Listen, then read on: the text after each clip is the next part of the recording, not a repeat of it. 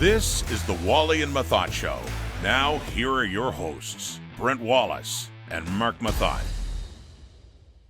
Welcome to the Wally and Methot Show, everybody. I'm Brent Wallace. He's Marc Methot.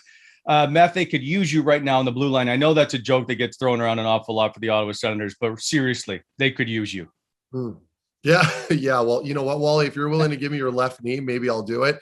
I was on a trampoline the other night at a kid's party for about, 2 hours, and I'm still feeling it. And this is a couple of days later. So I know I can appreciate a lot of the messages I'm getting and stuff, but my place isn't in the league anymore.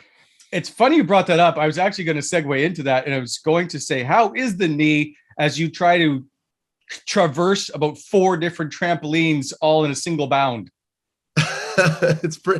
I do feel good. I mean, I take good care of myself. I still train like I play, but I haven't skated. I want to say it's been almost a full 2 years since I've even put on a pair of skates. So would I like to be able to go out and play beer league hockey with the guys? Yes. But those are the sacrifices you kind of make when you play at the NHL level. And I've suffered some pretty bad injuries. So I'd rather just stay off the ice and recover. So Meth, you don't play, like, I know we've had this conversation before, but you don't play at all. Yeah. Like what would get you back on the ice? I mean, I could probably go. I could probably skate around. I'd pick it up really quickly, but Wally, it's just not worth it. I'll go out and skate for maybe an hour, perhaps, or anything kind of rigorous with regards to my legs. Doesn't have to be skating, and I'll feel it for a couple of days. So that's why I made the joke a few weeks ago where, I could play 15 minutes in a game right now, but it would probably take me a week and a half to recover from said game. Right. So, it's just, you never really understand when you come into the NHL because you're still young and healthy. Your joints feel great. You don't even have to do a warm up. You can just get out there on the ice for practice. I understand now why those older guys are always on the tables, always getting work done by the massage therapist and loosening up and taking medication. And it gets very difficult. Father time is completely undefeated. And I get it now. Did you, and I'm going to guess you didn't see this coming at the end of your career where you wouldn't be able to play the sport you love. Yeah, I know that was the hardest part, right? Yeah. Is not being able to kind of finish up on your own terms. I was forced out by injury. And I mean, it's a poor me story. Everyone has one. But in my case, it sucks because I always took so much pride in fitness and being in shape and hopefully, in hopes that it would give me more longevity in my career, but it turned out a little defect in my knee, had different plans. I just want to point out, Meth, that I still train, by the way, like I'm still covering NHL games. You bought a treadmill. I helped you lift that. I helped you lift that 300 you didn't help me lift it. You just carried it. It was basically, you just carried it and I told you where to put it. Yeah, that's true. It's about 800 pounds. Are you using it? Yeah. Oh God. Well, why do I bother? I knew that would happen. When people buy treadmills, I know immediately it's a novelty. It'll last like a couple weeks and that's the end of it. Because there's nothing sexy about waking up in the morning going, gee, I can't wait to go run stationary in the basement by the furnace. No, and that's fair. There is a TV in front, which I get to, I watch TV when I do it. But straight up, and everybody's into excuses, I get it, is I am so busy right now with trying to do this show of behind the scenes stuff and running my kid to hockey. Yeah. He was on the ice 4 hours yesterday, from Arn Prior to Beckwith, like 4 o'clock in the afternoon to 10 p.m. at night. So anyway, it's an excuse. Yeah. I get it. For me, I am exhausted right now. And I think about it every day and I'm like, I'm going to go today. And you know what you got to do? You just got to do it. I was going to mention, I know, because your son Ryan does a little bit. You guys have some weights down there, don't you? Yeah. Yeah, like for me, the more information I'm learning now, not to get into a completely different topic here, but the weight training, from what I understand now, is a lot more important than the actual cardio conditioning. So you're better off going down there and doing some weights for an hour than running on a treadmill for 20 minutes a day. That's all I'm going to say. So here's what you should picture. If it's me down there doing weights, is that somebody screaming on the bench with the bar across his chest going, help! That's fair. I'll leave you at that, but maybe we'll work on something. I'll get you on a program. I'll just come over and we'll train together. We'll be like Hans and Franz. Yeah. Okay. Yeah. I'm good with that. All right. By the way, the Wally Methot Show brought to you by sportsinteraction.com. Go to sportsinteraction.com/Wally Methot. Get the most competitive odds. Okay. Let's get into the headlines, Meth. Lots to cover. And I'm excited to get to our show. I apologize to Drake right now. Drake Batherson and Egor Sokolov are on our show in a bit. we forgot to bring up anything about our golf tournament. And I wanted to say thank you to him in person for coming to our golf tournament. And I totally forgot. And I thought of it last night. Yeah, but we've plugged them pretty good since then. I know after there was a couple shows where we talked about it and we really praised them a lot. So again, shout out to both of them. They were class acts for coming. They didn't have to. They didn't get compensated for it. So thanks again, boys. All right, here we go into the headlines, and then we'll get to the Igor Sokolov and Erik Brannstrom interview, which, by the way, it's one of my favorites. Like, I got done that interview yesterday, and I was like on cloud 9. I was like, man, they could all just be like this. Yeah, he's a beauty. All right. Headlines brought to you by Bonnechere Excavating Inc. BEI. Go to BonnechereExcavating.com. They are helping to shape the Ottawa Valley.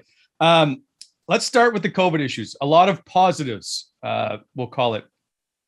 But it's a growing list. Like, I think there's going to be more added before Thursday's game against the LA Kings start.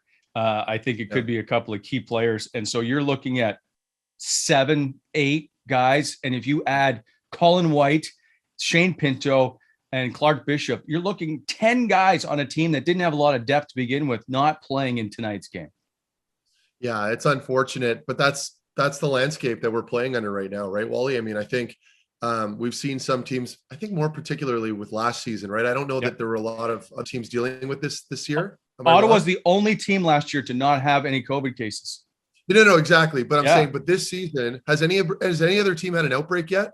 Not an outbreak. There's been cases, but not an outbreak that I'm aware of. But they've been isolated. Yeah. So this is interesting because I know from my understanding, they've been following protocol. They're the players and coaches are pretty strict about it, right? Like they've had tons of meetings about this, but I know they were down there in a few hot spots, and some places can be unavoidable a bit, but I don't believe any of them are hurting too bad right now. I know they're probably mostly asymptomatic, but nevertheless, it's a concern, and you can't have them in the lineup. So what do you do now? Well, you got all these guys that are going to come up from Belleville now to try to help out, and it couldn't really happen. I think this is the key for me. Obviously, health aside, which we've addressed, but from a hockey standpoint, this couldn't come at a worse time. I mean, this team's been struggling for the last couple of weeks now, Wally, and all of a sudden you're looking for that big bounce back game, and I don't know that opportunity is still there. This is opportunity for a lot of young players. I couldn't be happier for them to finally come up here and maybe show what they can do. But I think, from an Ottawa Senators fan standpoint, this sucks. Like, there's no way around it. And, fingers crossed that we can get some stellar goaltending tonight. And maybe, just maybe, LA doesn't come out with their A game and they underestimate the Ottawa Senators. Have you played on a team? This is nowhere near the same kind of health risk, but that's battling like a virus in the room where 5 or 6 guys are affected. Like, again, my question is, what's it like when there's such a large issue of illness and guys are out of the lineup? Yeah, I've played on some teams where there have been issues as far as, maybe a flu bug going around and maybe 3 guys have something or whatever, and you're trying to isolate them so they didn't play. But I mean, I look back now and I've played, like, I remember in Columbus, I had to play the flu in Los Angeles. I was in LA, and I remember Scott O'Neill was our head coach. And that was when I was starting to really come into my own. So I was a top pairing defenseman at that point. So they wanted me to do everything I could to play in that game. And all I remember was the long bus ride from Santa Monica, as you know, Wally, where that is with respect to LA. It's a bit of a drive. And I'm going down that highway and my head is buried. I'm pale. And I look back now, I'm thinking, like, what was I doing? Like, I had no business playing in that game, but that was sort of the mindset. Now, over the years, that's changed a little bit and teams have taken precautions. But when I have played in a situation where multiple players have been out of the lineup, it creates a weird mood in the room, right? Because you're almost playing with house money at that point. Like, you have no business probably winning that game that night. But I think everyone's just excited to go out there and try to prove everybody wrong. That was always my approach, in that, like, everyone's writing us off. Let's go out there and let's upset this team tonight. And I think that's going to have to be the approach with the Sens today. It's like, you got nothing to lose. Everybody's writing you off. So the pressure will be a lot like the way they finished off last season, in that it's like, just go out there and play and make sure you're tight in your own zone, and you'll give yourselves an opportunity to win. I still think it's an incredibly steep uphill climb to try to win this game, but you never know. Yeah, the LA Kings have won 6 straight games. They look really good. I mean, it's not looking good. No, but a couple of players of interest have gotten I guess, call up because of the COVID issues. And so for Erik Brannstrom, we saw his season debut in Boston on Tuesday. What are your thoughts on his game? Obviously he's going to stay in the lineup because they don't have anybody else, but did he do enough to try and warrant a top 6 spot on a regular basis? I thought he was okay, like, and that's not always a bad thing if you're like a big stay-at-home D-man, or maybe I shouldn't say a big stay-at-home D-man anymore. I feel like that term is kind of not applicable anymore at the NHL level. It's more of just a defensive defenseman. I feel like if you're that guy and you're flying under the radar, you're not drawing too much attention to yourself, then that's a good thing. But in his case, where you're relying on skating, puck handling, good breakout passes, I thought he did do some of those things. But I'm also refraining from being too critical because that was his first game up. So I think tonight's another really good test where I'd like to see him string together a couple strong games, Wally, where it's easy to point the finger. He's obviously under the microscope right now. We're all looking for a mistake or a really good play. And if we can see him play a little consistent now for a couple games and show that he's not going to be a liability defensively, that's good. I thought he was getting pushed around a lot last game, but I keep forgetting how small he is, like. Okay, but if you're that small, Meth, are you ready to play in the National Hockey League? What are you asking me? If you're that small, can you play? Like, yeah. So he seemed to be a guy. So I've seen that stuff on social media where people are like, well, he's still making plays and getting pucks out of his own end. But if you're on your ass 5 times a night and getting worn down each and every time, it takes a toll. My question is he big enough to play in the National Hockey League? Look, I'm going to flat out say, no, I don't think he is. You look at some of the smaller guys in the league, if you want to put it that way. And I hate talking about size because you're almost pigeonholing yourself to sound like a bully because you're being critical of a player because he's too small. And I hate doing that. And I hate piling on an underdog type player. I am cheering him on. I hope he plays very well. But at 5'9", what is he? Maybe 175 pounds. I don't know what he weighs. I just don't even have the numbers in front of me. But he looks like a little forward. But he's playing on D. You saw him get steamrolled by Charlie Coyle. That's a play that you don't typically see at the NHL level, where you're skating backwards and a player skating towards you is able to do that. Now, that's just one play. And I'm not trying to gaslight any given play that happened out there in the first. I thought he got run out a lot all game. And as this progresses, what do you think teams are going to do when they come into the building? Once they start getting pre-scouts on you, that's the way the NHL level works. When you walk into a dressing room, Wally, I'm sure you've seen it, Craig knows too, where you see a sheet where you have all the players, all the lines with a little description under every player: soft, tough, throws lefts, really good shot off the wing, whatever it is. There's always pointers on each player. What do you think they're going to have him targeted as? Small player, play him physical, he'll cough up the puck. That's where the argument goes, well, yeah, but he's a skilled guy. I understand that, but I don't think he's dynamic enough to separate him from that. You know what I mean? Like, I think if you're going to be that small, you have to bring something, right? And so if he can move the puck very well, and I heard Dave Poulin talk, he made a really good point, and I totally agreed with Dave when he said this yesterday. I think he was on the radio. He talked about being better in small spaces. The NHL level isn't like the Olympic ice over in Europe. At the NHL level, you watch Artem Zub do this, and you see Thomas Chabot do a lot of it too, where when they're in tight spaces, they don't try to take it back and then go across the ice or take the puck back.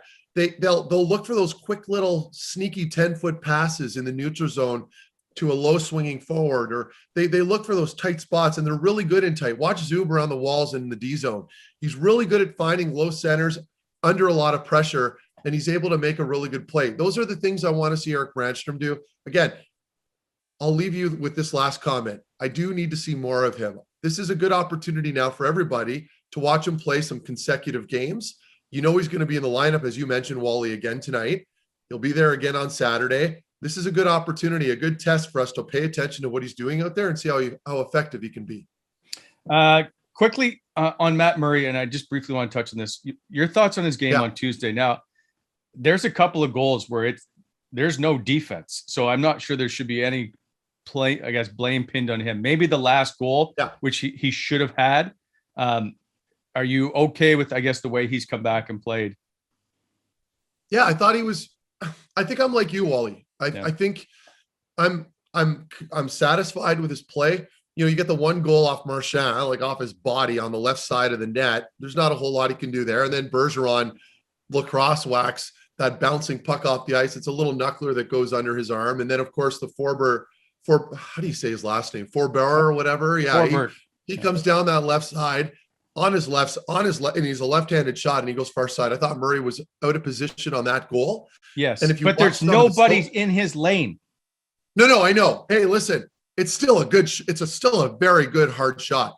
I thought he could have been playing that a little more aggressively, but I'm sure goalie experts out there could correct me on that. But from my perspective, I thought he could, but that's just one goal. Yeah. But that's my point, where's the D, Meth? I know. Well, okay. That's a simple answer. I already know the answer. I see it all the time. And Dave Poulin, again, was talking about this, and I can get into more detail about it and this isn't just lately. I was wanting to talk about this last game when I was doing the TSM, but they didn't give me enough time. So you have a show. You can do it anytime.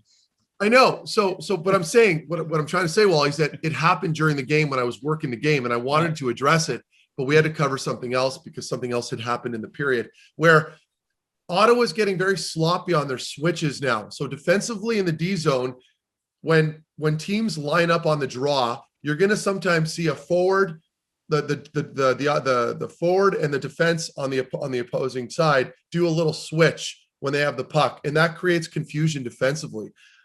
When you're a defenseman and a forward, you have to communicate and not run after. Like, you don't want your defenseman to run up to the point and leave that defenseman who's creeping down the wall. In that case, the Forbort goal where he runs down and he's all alone. Zub was there. He has to communicate to the winger to do a switch. You call it a switch, and you accept the oncoming defenseman, and your forward takes the D-man or whatever, the forward, I mean. So I'm kind of butchering the explanation because I need a whiteboard, I feel like, behind me. But the point is they need to be better on their sort outs. That's what happened on that goal. There's no excuse for a big 6'6" defenseman to get all that time and space. You can't hide anywhere. So you're right. Murray didn't have any support there on that goal. Overall, I thought Murray was good. He took like 36 shots. We forget there was an onslaught in that second period. The Ottawa Senators were on their heels that whole time, and Boston was coming out hard. So I thought Murray handled that very well. Again, we talked about Brannstrom. Same with Murray. I'd like to see him string together some good games. I want to see some good, consistent play.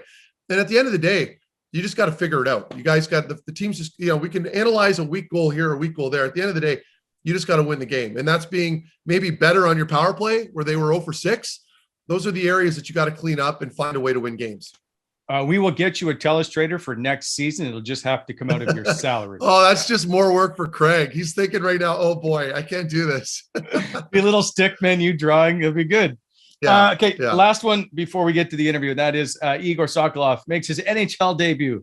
I couldn't be happier for him. And Ashley Ryan, the billet mom, she flies in to watch. And Drake Batherson's there, his good buddy. Like, it's a perfect night. You're playing in Boston. He ends up playing 7:42. What did you think of his game? I mean, he didn't play a lot. You just said it. No. He'll play a lot more tonight. So what did I think of his game? I thought he was fine. I thought he was good. He didn't look out of place. That's the first thing I'm looking for a call-up, right? Like, when you're watching a player, does he look like an NHL player, or does he stand out as an American leaguer that's just up there getting token shifts? I didn't see that. I thought he looked really good. He looked confident. He wasn't showing them too much respect. He was in there. He was good on the puck. Wasn't a liability. That's another big one, right? You don't want to be a defensive liability. You need your coach's trust. Igor touched on that in the interview. So yeah, I thought he was good, and I thought he had a strong outing. I'm going to be looking for him to take another step forward now. I want to see more creating with the puck, and that's going to come with more ice time. You can only do so much offensively when you're not getting the reps. I'm assuming he's going to play a little bit more tonight. Hopefully, north of 12, 13 minutes, maybe even. And if you can get that out of him and a couple offensive opportunities, I'll be happy. I just hope when he scores, he goes full on Selly. Like, it's not a little sheepishly. Oh, sure. I'm hoping it's like stick down the middle of the ice. You know what I mean? Yeah. Anyway, we wish Igor all the best. Obviously, a big fan of the show here. So we thank and look forward to seeing Igor playing in a bunch of games. I hope he gets to stay. But anyway, I understand the way the situation is playing out for the Ottawa Senators of late. All right, let's take a quick break. We'll come back.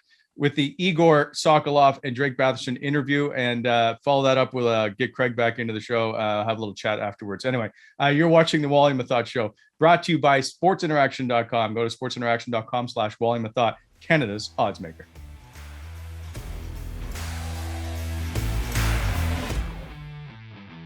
Welcome back to the Wally Methot Show. Time now for the chat quenched by Whitewater Brewery. Don't forget to use the Wally Methot coupon code for 15% off when you go to shopwhitewater.ca. And pick up, by the way, a case of Legion Lager. Perfect timing. And that, of course, is the 5% of all proceeds from Legion Lager go to help programs at the Royal Canadian Legion.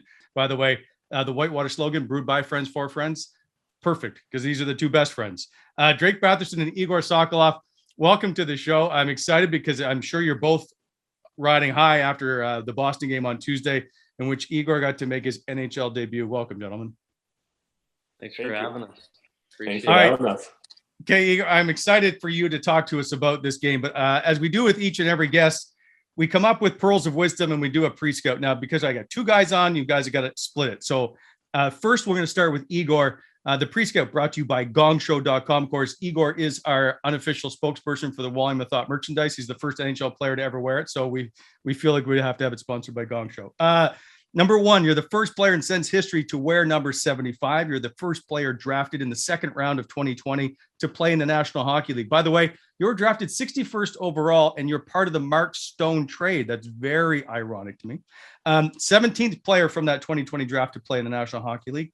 742 of ice time in his first NHL game. Dislikes scary movies, never turns down an ice cap, and wants everybody to be friends. Would you say that's right? Yeah. Fair enough. We'll get to the ice caps in a bit.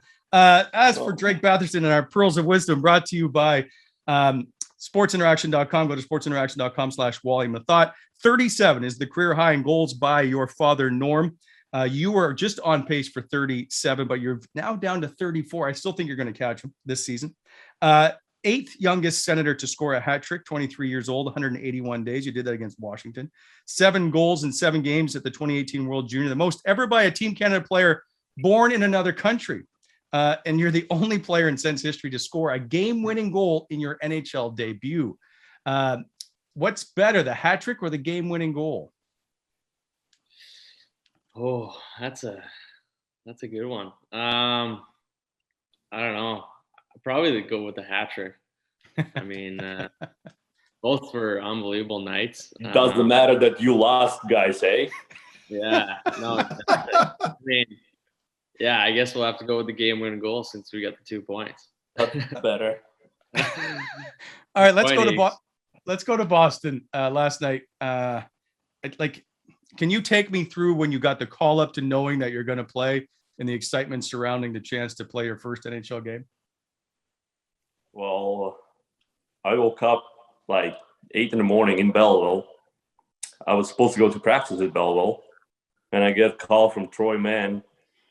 And I was actually making my oatmeal to have a breakfast. So like it's all set, everything. I'm excited to have it and get to the rink. And Troy calls me and is like, "Hey, Soko, blah blah blah. How are you?" And I'm like, "Good. How are you?" Like, I'm like, "What's going on?" Like, I'm about to see you like in 20 minutes.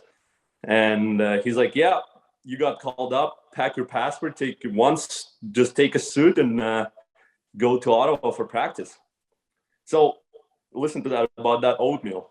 So after boys Mendo and Soger came back in the house, like at 2:00, that oatmeal was standing on the counter, not touched, just standing there. They're like, that was a good oatmeal, bud? I was like, yeah, I forgot to eat it. I got too scared. I was shaking. Yeah.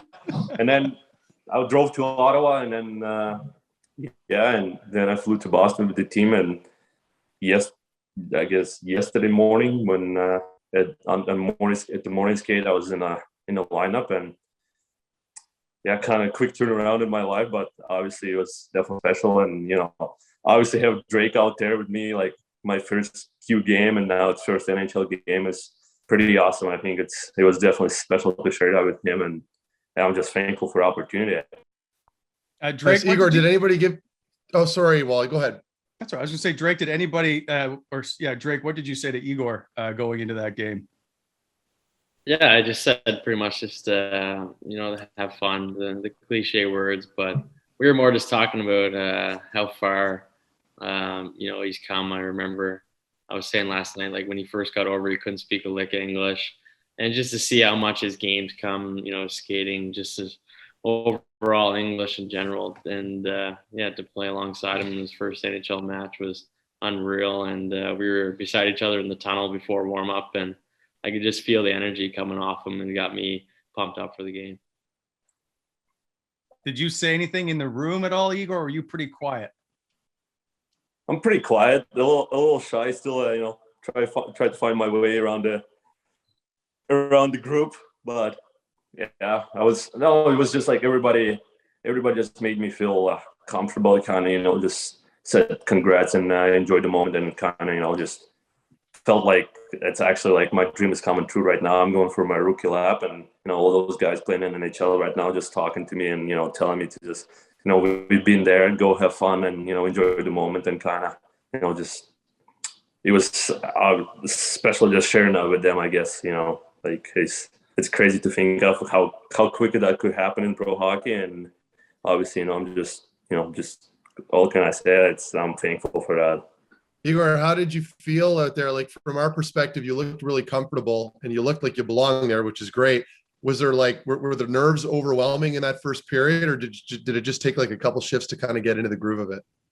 No, I was obviously like before the game, I was kind of a little nervous about to just feel like not keeping up with the pace. But as soon as I got out there in the first shift, and I kind of made a nice play to Shaw, and I just felt like, what, like I can do it, like, I can play here and I belong here. And this every shift I was getting, my mindset was there, just play my game and kind of just, make a right decision with the puck and kind of, manage the puck well. So, I can gain some trust from the coach. And I thought, all game long I was doing that well. And yeah, I was pretty happy with my debut. Obviously, I just stick to the simple game and kind of, do my thing out there. And like you said to me before, don't respect the opponents too much. And I kind of, just was going out there, and I didn't care what number was on their jersey. I just, was battling against them and, just enjoying the moment, obviously. Yeah. Yeah. That was when I say you that was just my biggest problem when I came into the NHL. I was always back and forth for about 2.5 years between the American League getting called up. I showed way too much respect. I was a little intimidated. So if there was anything I could think of, that was it, because there's no point, right? Like if the league is so young now, you belong there when you get called up. So that was good that you did that, because it works to your advantage. It doesn't do you any favors if you go out there and you're intimidated and you're just a little, you're a little apprehensive. You don't want to get engaged. So good for you. I thought you looked really good that against Boston. Thank you. What's more nerve-wracking, your first NHL shift or the rookie lap? I was kind of worried to not fall down on the ice. That was the main concern in my head. So just don't get embarrassed. Just don't get embarrassed. But I think obviously just the first shift, kind of, get it over with and kind of just, and obviously it was important to get a touch in that first shift, kind of not chase the game around, just get a touch, make a play. And it just worked in my favor that I was able to make that play and kind of just, get more comfortable. Drake, did you get a rookie lap? I never got one when I played. So my first game, I didn't get one. I don't know. I think Andy just forgot. And then the second game I went for it. So I wasn't nervous at all, obviously, because it was my second game. So I'd have to say my first shift was more nerve-wracking. And I noticed with Igor, Soko, your bucket, you had your helmet on. Are you guys not allowed to do that? I didn't have both. What's the deal there? I do have both. You did both? I didn't have both. You didn't have the sack to do it, is what you're saying. I will be straight honest. I will be straight honest. Okay, fair enough. All right, buddy. You will look good. Even the chin strap off was kind of a ballsy move for me, because I haven't done that in AHL yet. There's not a better feeling, I'm telling you. Like Drake, you go bucket off now, right? A warm up, I think. Yeah. It's great, and you get the hair back. I find it gets you up for the game better, eh? Like you're just more engaged. 100%. I noticed that. Like I started doing it like just after my 100th game, and I find it just gets me into the game. It's just like you're just in the moment, And you gotta be aware of some stuff for them, so it just gets you into it, I find. Do you throw a little product in the hair? Oh yeah. Yeah, look We used to have picture. Look at I the know, picture. I know, My 'cause hair is he's all over the place, and his hair is just. He was preparing for it. He was Igor, preparing for it before game started. All you need is Moroccan oil, and you just throw it in that thing of yours because your hair is like curly, right? You throw the oil in there and let it ride, man. Yeah. Anyway, all right. Next week. Did you get a chance, Igor, to talk to Brad Marchand on the ice? The only reason I ask is you guys have skated a few times together in the summer, obviously. Did you threaten him at all? Did you try to fight him? I honestly only catch him once this summer, so I definitely wasn't speaking to him, to be honest. It's gonna take a little more, than one skate to talk to that guy, obviously. But it was pretty awesome to be out there against him and just see how good a player he is, and so it was definitely awesome. Here you are making your debut in Boston Garden, which obviously is not the original, but it's still a famed building to play in, and it's a sold out building. Like, what's that? And of course, your billet mom for both of you, Ashley, is in the building. Can you take us through what it's like to play in that venue? Oh, it was a little turnaround going from Belleville to Boston. I will tell you that for free, obviously. And even just going out there in the warm up, it was already like crazy. So it's definitely good ring to make your NHL debut, and obviously having Ashley there was special as well. Like, it's just like if my parents wanted to come, they wouldn't even make it on time if they it was opportunity. Yeah. So definitely having her there was special for me.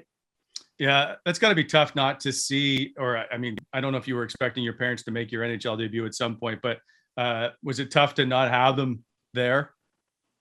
Yeah, absolutely. You definitely want to share that moment with them as well. But, thankful that, we're living that life where they could just watch it online. So they were able to, wake up early morning and just watch the game and, send me a message how proud they are and how far a guy came along. And it's definitely always nice to get those messages from my dad where he doesn't text me I was shit out there. He, he tells me that I was good and he's proud of me. So good. Yeah. Did you have a nap? Did you fall asleep or were you too wired? Oh, could not. I was trying to shut it off for like 2 hours, like an hour and a half. I shut it off for like half an hour. And it was like, I can't even call a nap. Probably just lay down with my eyes closed. What will you do? Like, will you send your parents a game sheet or anything from this game? I don't know. I think I know that Ottawa does some stuff where they give the picture away and stuff like that with the puck and stuff. So obviously try to bring that back home to Russia when it's possible. So yeah, I got a cool one. It's like 6 feet long and has my stick in it. The game. Oh wow! And like a game puck in it, and there's like 12 pictures on it. So I'm sure. Did the team do that for you? Yeah, they did it. They do a bunch of frames like for your first game, and wow, must be nice. When I got my hat trick, I got them to do up one too, so it's nice. I've got like a really shitty old 8x10 plaque by the Columbus Blue Jackets with like a recycled looking puck on it. It's quite possibly the most embarrassing piece of memorabilia I have, and it's my first NHL game. So that's why I'm angry right now that you just told me that they even have a stick in there. Are you kidding me? Yeah. It's insane. Oh, good. It's hilarious too, because I did we were up 2-1 after the second, and I did a fresh tape job after the second. And like one shift in the third, I have like one little nick on there. Yeah. Nice. You can see it doesn't bother Meth at all. Yeah. He's not jealous. No. Drake, your first game is Chicago, if I'm not. Was it in Chicago? No, at home against Detroit. Oh, right. Your next game is your next game Chicago? Yeah. Okay. I can't really remember. Honestly. Maybe I'm wrong. Okay, I want to go back since we've got the Boston stuff out of the way. In a way, is that go back to your days when you lived together in Cape Breton, and Igor shows up. What were the first words you taught Igor, who didn't know English?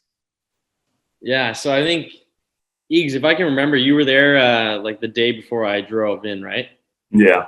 So I met him in the driveway, and I think I got high out of him. That was probably, and then we were just kind of talking with the family around the dinner table, and obviously he couldn't really say much. Probably wish he could just go up to his bedroom while we were talking because he didn't know any English. But no, I just kind of just took him along everywhere I went. Took him to movies. Took him to probably too many Tim Hortons runs at the start there. But no, it was all right. It's all gone now. I loved it. I loved every minute of it, honestly. When my billets texted me asking if I would mind taking in Igor, I honestly loved it. I always loved living with other players, and we honestly had a blast. Like the first couple of weeks, we'd be playing Xbox against each other, like NHL, and we wouldn't be saying anything back and forth. It was just Egs would score like a sick goal and just start laughing at me. But no, it was. Awesome. I couldn't really chirp you. No, just start laughing. I heard that you would teach Igor some like locker room phrases or whatever, and then he would try to use them coming home, and it just wasn't working out. And of course, I think the kicker in all this is I think 3 times at the dinner table he dropped the F-bomb because he wasn't sure where to use it. Yeah, no, obviously, when you're in junior, the junior hockey talks going, around, and we had a bunch of Maritimers on my team, so just getting thrown left and right, and yeah, we had a little billet daughter at the time. She was, I don't know, 4 or 5 years old, Eggs, and Eggs just dropping F-bombs, but he doesn't know. So that's all he's hearing all day at the rink. But it was hilarious for sure. I picked that one real quick. Yeah. You can use it for anything. Yeah. No, it was good. What about scary movies? In particular, It. Do you remember going to see It? Yeah, I do. Do you remember going, Eggs? I hated Drake for that one so much. The worst 2 hours and 15 minutes of my life. Why do you say that? Was it like too scary, or you just didn't like the movie? I couldn't understand the word. That's a good point. That's a really for good point. 2 hours and 15 minutes, I was sitting like that. We had the chairs, dude, the closest one to the TV because it was packed because it just released, and we were sitting like that, and I just had that popcorn on me, and I was just like, I shoveling it back so much. Yeah, it was cheap night Tuesday, I think, at the movies. Yeah. Yeah. Oh, it was packed. We would always go because it was like we were making like $8 a day in junior, like 120. Brutal. I know. That's like, even when I was playing, I think we were making $110 every 2 weeks. Yeah. And so, like you go to dinner and maybe a movie, and like, you might have $50 left. Popcorn at the movies is probably like $15 alone. So yeah. Oh yeah. Well, that's the thing. The OHL salaries never really adjusted to inflation. So like I was making the same amount players were making 20 years ago, and you guys were making the same amount I was too. So has it changed? Like, were you guys making roughly that much? Yeah, I was making 120. Yeah. Okay, so $10. That's good. All right. I was making a bit more. Making $60 every 2 weeks. Well, so were they paying imports more? Is that what Igor said? Yeah. I was making $357 every 2 weeks. What? Whoa. Yeah. Eggs would pay every once in a while, Eggs. Yeah. I heard like you guys a large ice cap. Yeah. 45 grams of sugar later. 79 grams of carbs. Do you remember what happened at the end, or when you got home from that movie, the It movie? Drake, do you remember what you did? No, I can't remember. No, you don't remember any. Did a teammate show up wearing a mask? So Ashley tells me that you got a teammate to show up to scare the hell out of Igor with a mask on. It's probably something I would do. Did she remember what player it was? No, she just said he was wearing like this red scary mask that you had. I think I do. Maybe I don't, but I think I remember it. Probably Declan Smith, Eggs? Definitely, actually, 100%. Yeah. Shout out Declan. How many nights was it that you went for these ice caps? Every night. We had a hot tub, So we do our training camp in junior was like a month long. So we do like 2 skates a day. We get home at 4 and like we'd be gassed. First stop ice cap right after 7. And just melt in the hot tub for the In the rest of hot the night. tub for an hour and a half. Get the lactic acid out and be ready to rock the next day. Oh, love it. Love it. And then we go for one probably later on too after dinner. Really? How'd you guys sleep? Oh, we didn't sleep. Probably just play. No, eh? Just shit sleep, 2 skates a day, 0 recovery. That's just like the pro lifestyle. We right? were getting our cards. Yeah, go out there and snap her around the next day. Right on. Yeah. When it came to you two hanging out, at the house, Igor, when you sign your NHL contract, there's a picture of you at the table, big jersey of yours behind you, and then there's a little jersey off to the side that's framed of Drake's. Do you ever bring up the fact that he's got this little jersey over there of Cape Breton and you've got the massive World Junior jersey hanging prominently? Well, I mean, I don't know if the team gave Drake both jerseys because I got both back. So that's the reason, I would say. No, I didn't get treated as well as Eeks. Eeks was the star player there. He lit it up there more than I did. So. No, I didn't. No, you What's deserved it, buddy. What's the nicest thing Drake has done for you since he signed his contract? Do I say the truth? Is it a bigger ice? Is He's it extra large ice cap? He's just been an all nice around guy to me. I bought him a coffee yesterday. Nice. Yeah, true. He treated me. Very nice.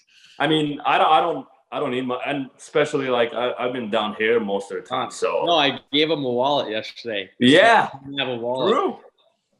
You didn't wait. Whoa, wait. You didn't own a wallet? He has the thing on the back of his phone. Yeah, That's it. Oh, you're not one of those guys. Ugh, I'm that's- too scared to lose my wallet because I lose everything. Well, put it in your pocket. Like, just I don't understand. It is what it is. Oh, whatever. It's a nice gift. What kind of wallet did you get him, Drake? Was it like Louis a Vuitton. Oh, an Yeah. LV wallet? I Wow. am scared to use it. See, like now I'm scared because I feel like I'm gonna lose it. nice. It was sitting in my bag, and I was like, Yeah. "Bud, you need a wallet." Like, What a good teammate. Carrying around the paper bag of per diem. I'm like, buddy, throw that away. That's the great. best envelope to get, though, is the per diem at the NHL level, right? The Oh, cash. yeah. You don't mind that. No, you want to be on that 7-game road trip is what you want. Oh yeah. Yeah. Oh, Drake, why do they call you Bobby? What don't I know about this nickname? It's self-proclaimed, actually. There's this. There was a documentary that came out on the Boston Bruins like a long time ago when I was like 16, and this guy was playing for them, Bobby Schmatz, who was a defenseman. Bobby Schmatz. And I just love the name. I don't know why. And I was playing junior A, and I went to high school the next day, told all my buddies, and then went to the rink and told all my teammates. I was like, boys, you either got to start calling me Bobby or Schmatzy, one of the two. And then, honestly, every person from my hometown, that's all they call me, like Bob or Bobby or Schmatzy. That's great. And yeah, now everyone at the rink too. It's crazy, but yeah, self-proclaimed, which is crazy. But You never get to make your own nickname. This is fantastic. So does anybody refer to you as Drake around the room, or is it just Bobby? Honestly, I'm not called Drake much, honestly. Okay. Around the ring. That's good. Yeah. So Coaching does- staff. does Igor have just Eags? Is that the nickname? Eags, I call him Eagsy, but like Soko, I feel like the boys call you Soko, eh? yeah. I like Soko. Yeah, I like that one. One of those three. Okay. Why is Yeah. does Josh Norris have a nickname? I don't ever hear anybody give him a nickname. It's got to be Nori or something, right? Yeah, Nori, or everyone calls him Noof because his old man's from Newfoundland. So There we go. I mean, That makes more I sense. probably called 25 of my buddies Noof too, if that's the case. Everybody from Newfoundland is. Yeah. I got family from Newfoundland too, so. But no, I like calling him Noof. Okay. By the way, this is a perfect time to ask you this question. So everybody knows that your uncle is Matt Minglewood, who's released, I don't know, it's like 10, 15 albums. I can't remember. So which ones of these songs are either Rankin Family or Matt Minglewood songs? Are you ready? Oh, wow. Okay. This could- Cape Crusader. Is it a Matt Minglewood or Rankin Family song? I want to say Rankin. Whiz Kids.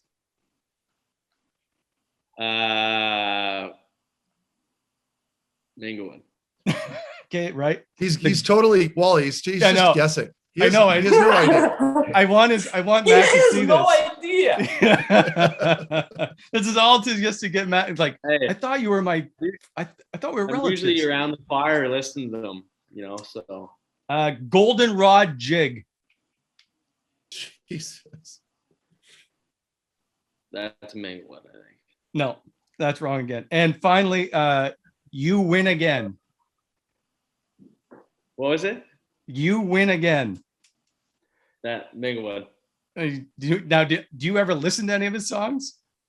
I do. I have a few on my phone, but I honestly haven't seen him play live since I was probably 10 years old. It's actually I listened. He's got some good stuff. I'm not a big I don't know the names of the songs, but I can sing the songs. You know what I mean? Got it. Yep. Yeah. Well, you failed that miserably. So congrats. Yeah, I figured I would, honestly. That's great. Hopefully he doesn't see that. Igor, can you tell me about your travel when you first got called up this year? Because I remember we've been trying, for people that know, I've been trying to get the two of you on the same show for a long time. And every time I do, Igor seems to throw a wrench into it. So when the first time I sent you a text, you were like, I got called up. And I was like, oh, that's a short drive or whatever. You're like, no, I was in Cleveland. Yeah. Well, we played a game in Cleveland and we were supposed to play the next day. I walk in the room after and my bag is on the ground. I'm like, what the hell am I getting sent down to East Coast because we won 6-2 and I had donuts? And then we just get called in and Troy just tell us it's not official that you guys called out because it wasn't anywhere, right? It wasn't official release or anything, but you guys insurance. So you literally got to drive over the night, go to Ottawa and wait until they get tested in the morning. And if it's any positives, you're playing. But if it's not, you're just taking a car service and going back to Belleville. So we got there, it's 7:30 or 8 in the morning. And then they texted us and said, everybody tested negative. So you guys got to go back to Belleville. So, yeah. So I missed the game. I missed the game in Belleville and it was kind of just a roller coaster. Because then it wasn't, what's been a couple of days, you get called back up, right? Or you played one more game or something? Literally. No, I haven't. I swear I haven't practiced in a week now. Yeah.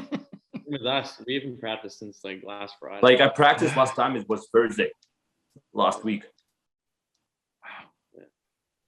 Now, Drake, did you notice that I think you guys missed back-to-back practice days, right? Because you played, was it Friday or Saturday, then had Sunday, Monday off, and then played Tuesday? Yeah, Sunday, and then Monday got canceled. COVID got canceled, and then we just flew Monday afternoon. Yeah. So did you notice that as you take warm-up? Or I guess you had a morning skate. Yeah, honestly, I didn't feel too bad. Yesterday we had a nice morning skate, and then I just knew I had to get a good warm-up in yesterday. So, but no, I didn't feel too bad, honestly. The rest was kind of nice, to be honest. Can you take me back to we briefly touched on your hat trick, but you take me back to the Washington game, October 25th, where you had 4 points, your first NHL hat trick. What that's like to score one of those in the NHL? Yeah, it was really special. My dad was in the stands for the game. It was pretty cool. Obviously, it was nice to score. It was first or second shift, and usually when you get one early, you get an extra jump for the rest of the game. And yeah, it was just kind of everything I was touching was either making a play or for a scoring chance, and just one of those nights everything was going your way. And obviously, with the third goal there, it went off their DNN, and most nights you don't get that bounce, but that night I did, and yeah, it was just really special. And like I said, one of those nights that just went your way, and it was really cool to have my old man in the stands for that one. Igor, did you send him a text? Of course I did. He's hot on it. Like whenever I have a good night or something, he's always there with a good text or something, or on Instagram. So Was you. that the motivation? Because 2 nights later, you had your first career 4-point night in Belleville. Were you motivated by Drake's 4-point game? Yeah, I was motivated by that, obviously, and just that I had zeros too in 4 games. I wasn't bringing that up. I mean, it was nothing. That was one of those 4 games where nothing was going your way. No bounces, no luck or anything. And that night, yeah, I think that was like Drake had that hat-trick night. I think, if we probably we had a couple penalty kills and I'm not killing, so a couple extra shifts, I probably would have probably get another one of the assists or the goal. It was just like one of those games where you kind of feel the puck, and every time, like Drake said, you making a play and it's ended up being a scoring chance, grade A. And when you touch the puck and shoot the puck, like it's just like if you're confident in yourself, it's gonna go in. Like we had like 3-on-1. It was my first goal I scored. We had 3-on-1, and then the day after showed it on video. We had a 3-on-1, and I didn't look left or right once. I just looked straight at the net. The guy was backdoor empty net. Yeah, the horse blinders. Yeah. Oh, I had it like not even like that. I had it like that.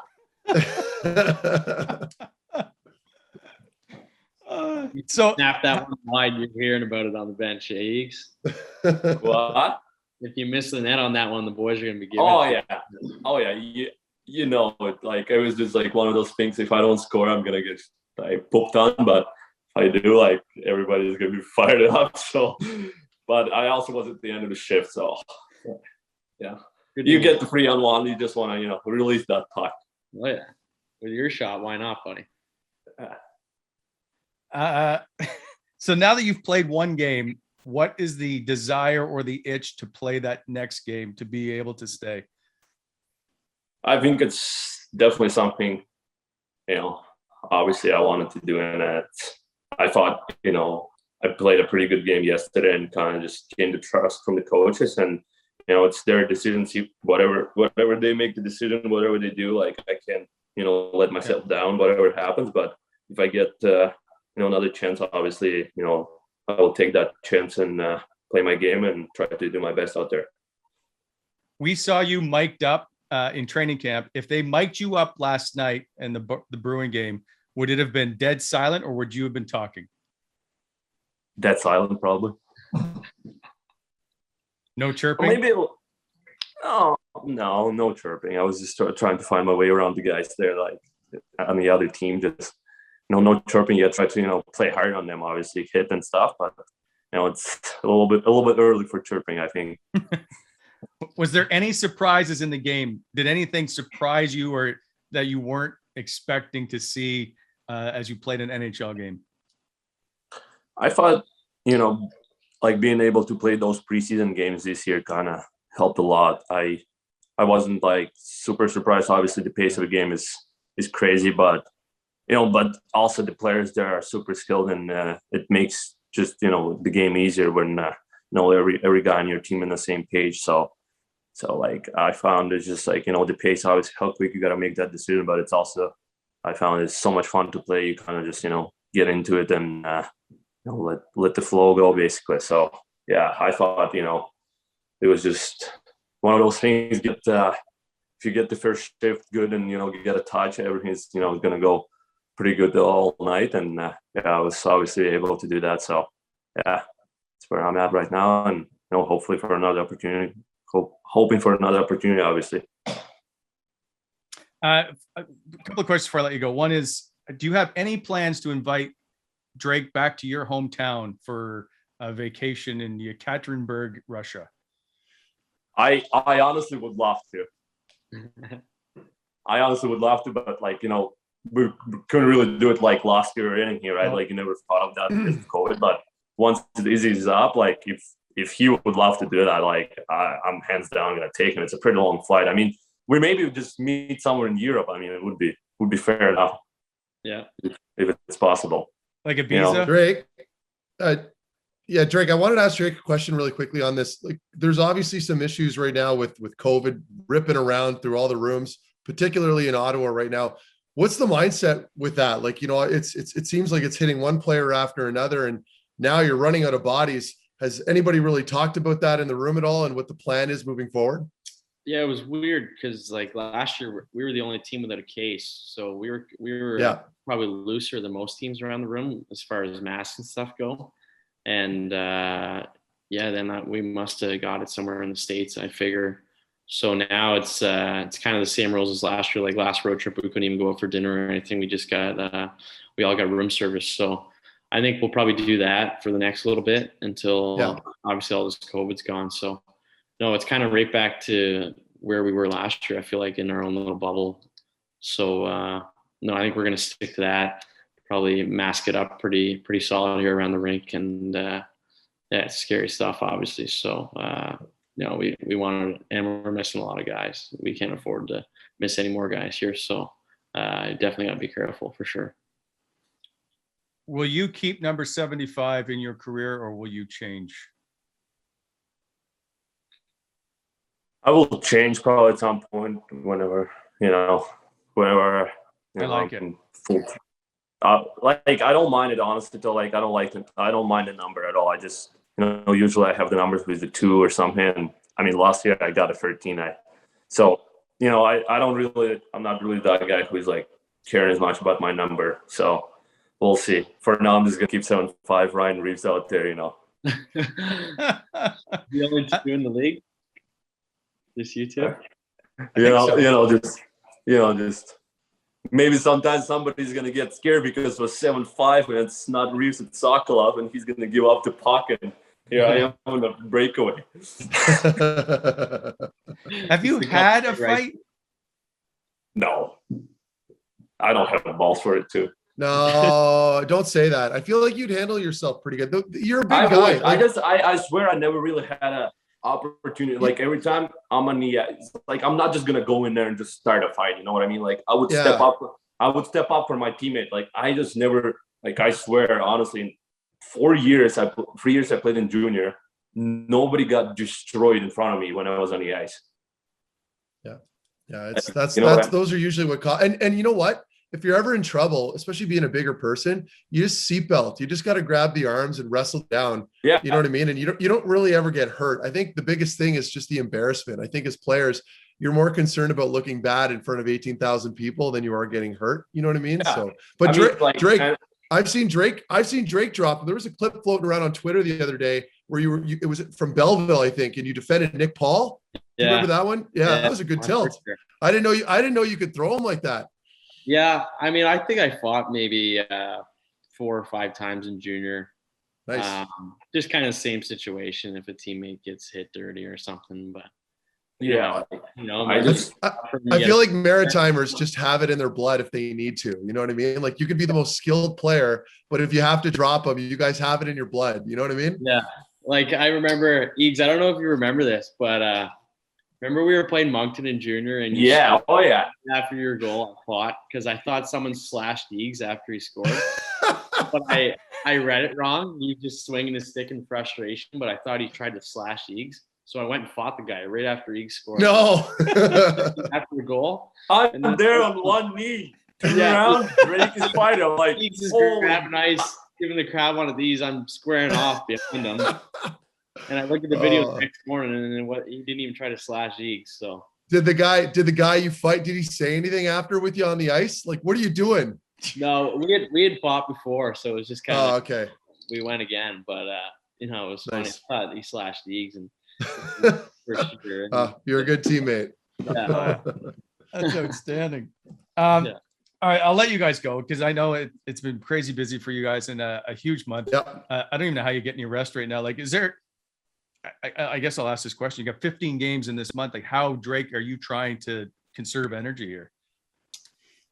Yeah, I mean, I've been through the full seasons before of the 80 games or 76, whatever it is in the minors, and just getting your sleep. I've always been a good sleeper, so I guess I rely on that. I'm usually lights out by 10 o'clock, so I usually get close to 10 hours every night. So big sleeper. That's nice. Yeah. That's really, you're so lucky. I was a stress ball when I played. So like I'm just a brutal sleeper. I think Wally's a pretty bad sleeper too. We talked about this. So anytime I'd see guys like you, Drake, on the plane, just out cold in their seat, no problem, it would bother me so much. Yeah.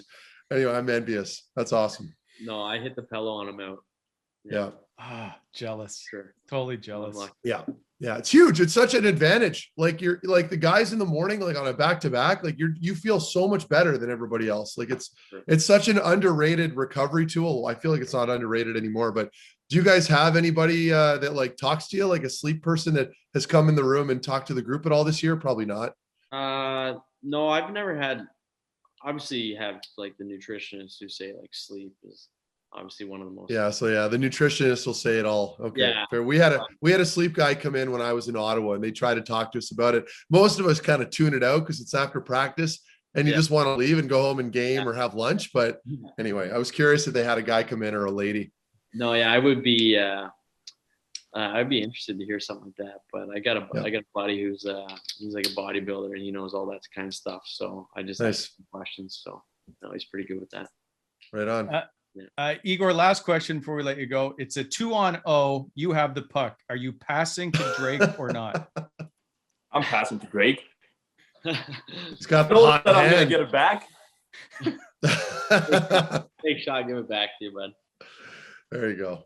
Now, if I see Drake 2-on-0 empty net, I will give it to him. Whoa, what a good teammate. That's awesome. If it's your contract here, bud, you got to show Give me a little apple. I'll give her back to you. Hey, yeah. If it's me or him, it's a battle for a spot. Nah, not passing. Got to be a little selfish, right? Yeah. No, I think I'm not one of those because I think if it ever would be obviously, and especially if it would be Drake, I would pass that. Thanks, buddy. I don't know if he will. Yeah, he's not passing it back. I've always been the disher, you know that. Oh yeah, he was. Anyway, I appreciate both of you to take the time because then it's been crazy for both of you. And so we hope to do it again if you guys don't mind. But thank you for both stopping by. Safe travels wherever you go, Igor. We look forward to seeing you. Going back to Ottawa. Yeah, we want you back in Ottawa playing as many games as possible this year. Thank you. Yeah. Thanks, guys. Boys. Take care. Thanks for having me.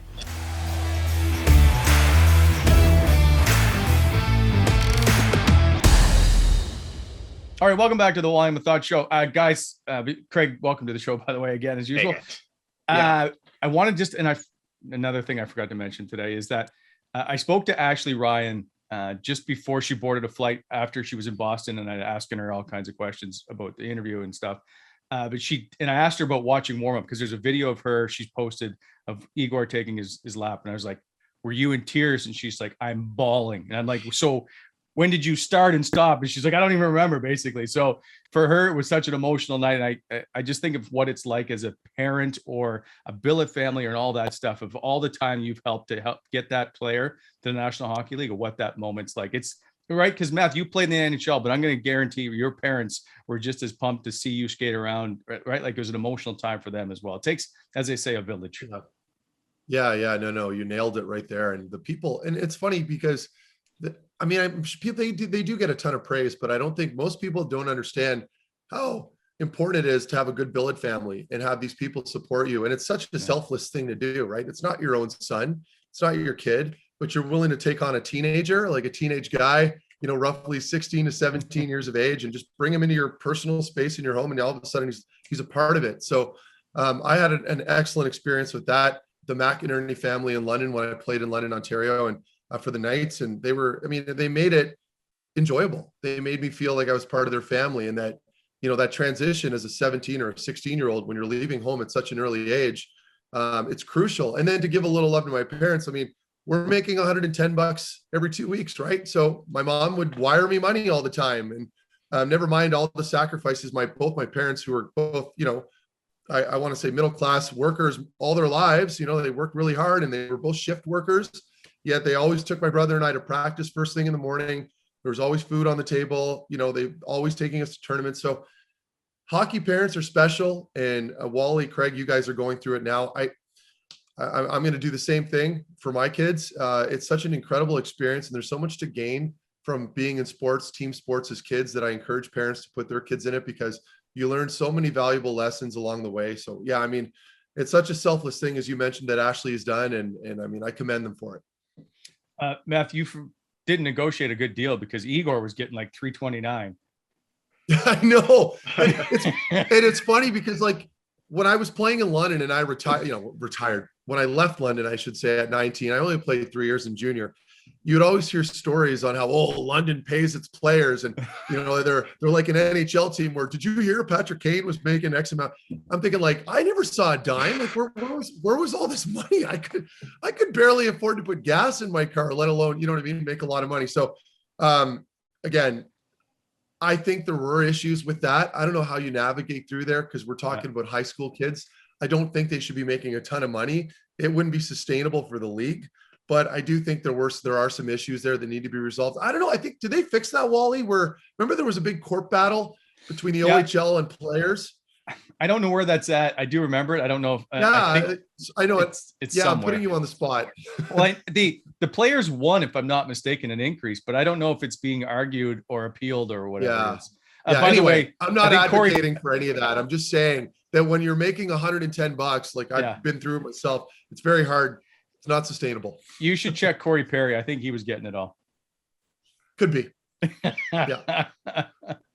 But Anyway. Corey Perry signed. Like, I still remember Corey Perry and Junior, like, he had the big pickup truck that he had bought, and that's because he had a big signing bonus in that lockout year, his last year junior with us when we won the Memorial Cup. So he was already ahead of the game, and all of us pigeons, like, I was still driving an old Toyota Camry, and I thought it was pretty cool. And you know, eating at Eastside Mario's as much as I could. But guys like Perry were making all the big bucks. And we had a returning NHL player that year. Dan Fritchie at the time was an NHL player that we had brought down during the NHL lockout year. And he was another guy that had, you know, NHL salary under his belt. So an eye-opening experience. Did Corey Perry have nice rims on the truck? Did he do it all up? I don't think so. No, I think, the chrome rims were a thing back then. And no, he didn't have chrome rims. He just had like one of those really nice big F-150s. And, you know, as a young guy, you're thinking like, man, I want that. I was very envious. Did you have a car? Like, I want this as my first car? No. Well, yes. I always wanted an Escalade. That was like the early 2000s, you know, like everyone was driving Escalades. Yeah. But I think, so, you know, me being me, and a little frugal, I ended up buying a used Chevy Trailblazer was my first actual purchase. I was in Syracuse playing in upstate New York. And I look back now and I'm like, I should have just splurged a little more and I could have upgraded that thing. But anyway, that just goes to show that I was very modest and responsible financially, Wally. Yeah, cheap is good too. That works. Fair enough. Anyway, all right. Craig, I appreciate. Boys, go ahead. Great job on that interview. That was a lot of fun. I always get to sit in the back and listen, and that's one of those ones where my notes were really good because I was super into it. So that was it was tricky having 4 guys on the screen and whatever else, but awesome, man, a lot of fun there. And before I cut you off there, Brent, something I wanted to chat about, Meth, I think you brought it up, was you talked about kind of like sleep in the NHL, and that's a bit of a trigger for me because I don't know what it is, man, but that ruined my sleep for a long time. I don't think you can get a worse sleep than like the night before you got to get up early for something in the NHL because you cannot be late. You cannot sleep through it. You can't be 5 seconds late. And I know all that does is that's a recipe for a terrible night of sleep. Yeah, we call that raised cortisol levels, right? And I mean, I've always had that. I'm a wiry guy to begin with. I know Wally's pretty A-type too and not a great sleeper. So, you know, you got to figure out ways to do it. I know that we were when I was playing during like those playoff series, for example, in 2017, the sleep was crucial. We were playing Montreal, we were playing Boston, New York, Pittsburgh. I was traveling with a fan, like a big one of those Vornado fans. I still have that same fan. So I'd be going through the airport security with like an extra carry-on bag, and I'd have this big obnoxious fan with me to block out sound on the road, because like whether it be an elevator shaft, rooms, noise outside, whatever it was, it drove me crazy. And some nights I'd have to have like a little shot of NyQuil, like just to kind of calm myself down and try to fall asleep, and then I was good. So you nailed it there. Traveling all the time destroys your sleeping habits. It's the worst. I know it's a first world problem, fully acknowledging that, but when you're sleep deprived for, you know, months on end and your eyes are twitching all the time, that's usually a pretty good indicator that you need more regular sleep back in your life. And it's turned me into a mental case now, guys. Like now, like I'll like refuse to go out with a bunch of buddies late at night, like for a late dinner or something, only because I just value my sleep so much now. It's like created a complex. And now, like, if I'm not in bed by 10, I get like fidgety, and all I can think about is how do I get myself out of the social situation where I can go back to bed? Yeah, you start doing math, my right? wife crazy. If I get home now, it's 9:45. I'm not going to be asleep till 10:30, 10, right? And so then you're like, I got to be up at 6. I'm only going to get this many hours. You start going through all the mental gymnastics. I hated early morning flights were tough for me because I would always look at the clock. And I'd always wake up and go, okay, I got another 45 minutes before I got to get up or something. Those were always tough. But the other issue is when you play a game and you're done it's better with the 7 o'clock start, but 7:30, you're out of the rink 10:30, 11 maybe. Like I would go home. And because for my job, at the end of the night is the most adrenaline part of my entire day, that 30 minutes afterwards to put this show together and to be on camera. I would be going home wound. I'm 2 a.m., 3 a.m. by the time I can unwind. And so I'm a mess. And that gets, and you do that repetitively, and then it starts to wear down. Mm-hmm. Exactly. So it's like, as a player, like even then, like, you know, it's compounded because you're relying on your body. Yeah. And if you're not a great sleeper, and you nailed it there, Wally and Craig, you guys can both attest to this. For me, it wasn't necessarily the early mornings. It was just getting down late. You know, like you'd have a game in Minnesota one night, and then you're on the road and you have to fly that night after the game to like Colorado or Nashville or something. And you'd land at like 2 a.m. You bus to the hotel. You don't get into your room until 2:40 maybe. And then all of a sudden you're like, wow, I'm still wound up and it's almost 3 a.m. Yes. And I got to be up for a meeting at 9 or something, which I know doesn't sound crazy, but you just said it. When you're doing that consistently, it gets very taxing and it starts to kind of add up, right? It's not fun, but it's part of the business. Yeah. When something negative like that becomes your routine, and then that's just how you like, I'm still undoing it. Like it's terrible. Yeah. I would wake up every half, like if I had to do something in the morning, like crucial, and I couldn't miss it, I'd wake up every hour. Yeah, like I would worse sleep. You don't want to miss it. You can't miss it.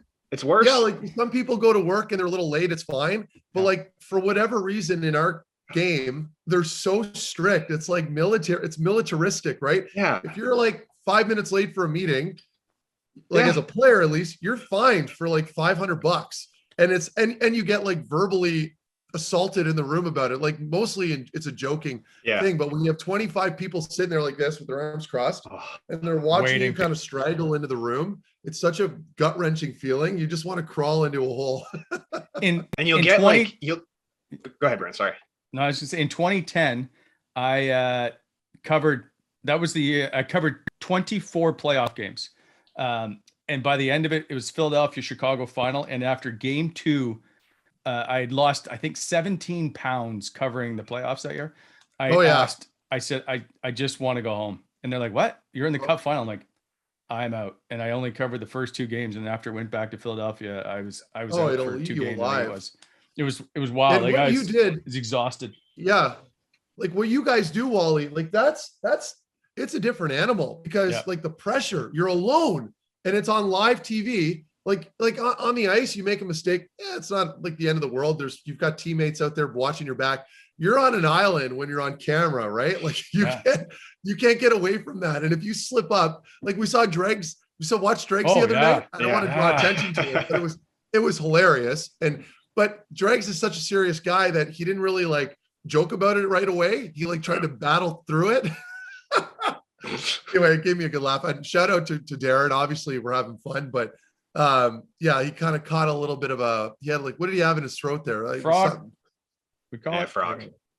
And I felt, so that was always been my fear, that something I'd have to sneeze or I'd choke up or something on camera. Luckily, it never happened, but there has been moments when you're like battling a cold or whatever, and you're still having to do camera stuff. Yeah. Anyway, again, first world problems. And one of the reasons we get those first world problems is because of today. Today's obviously Remembrance Day, November the 11th, right? And I just think it's time now to just say thanks to all the veterans and everybody that's done, obviously, way back, and we go First World War and Second World War, and everybody, and even in Afghanistan, all the places that we've gone to contribute to help make our world safe and to give us the freedom to do this kind of nonsense we do on a weekly basis. So to all the veterans, we say thank you for everything that you've done and the sacrifices you made.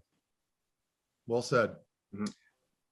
We will see you again on Monday, gentlemen. Have a fantastic weekend and enjoy getting out there. It's supposed to be some nice weather, I think. Anyway, put the Christmas lights up, Meth. That's the Wally Methot show. Wally. See ya. Bye, guys.